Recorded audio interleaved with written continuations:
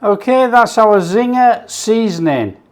Now what you do, you use 2 tablespoons of that Zinger seasoning to 1 cup of flour when you're making Zinger burgers or anything like that.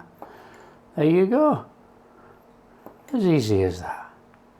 Hi everyone, welcome to Backyard Chef. I'm Rick. Today, Zinger seasoning. We're going to make a quick Zinger seasoning, which is virtually a copy of the Zinger seasoning you get the KFC. However, KFC might have different ingredients, but this tastes very much the same, very similar. Okay, I'll quickly go over the ingredients, but they are all in the description as usual. So we've got cayenne pepper, paprika, white pepper, black pepper, garlic powder, onion powder, ginger, allspice, thyme. MSG now is optional, however it is in their ingredients. Mustard, celery salt and salt. There's 13 spices there. Now there could be slight variations with KFC, but this is extremely similar and tastes the same. What do? We take that lot and put it in there. Now you wouldn't have to do this if you were doing it individually. You could just put it straight in a bag, okay? But obviously to show you, we have to lay it out. And then all you do is just mix it all up. See, if you'd have put it in a bag, you could just give it a good shaking.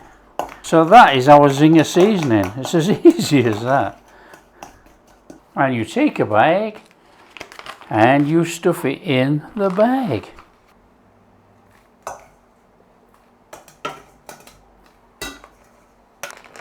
Just give it a shake up. There you go. Okay, that's our Zinger seasoning. Now what you do, you use 2 tablespoons of that Zinger seasoning to 1 cup of flour when you're making Zinger burgers or anything like that. There you go. As easy as that. And what we do around here, we take one of these silicone gel bag things or these silica things, and we stick it in there, and that will stop the moisture, and we'll have fresh powder for using. As easy as that.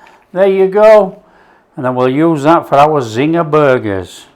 Job done. So there you go. If you like what we're doing, a big thumbs up, subscribe to the channel, ring that bell, and we'll catch you when we make a Zinger burger.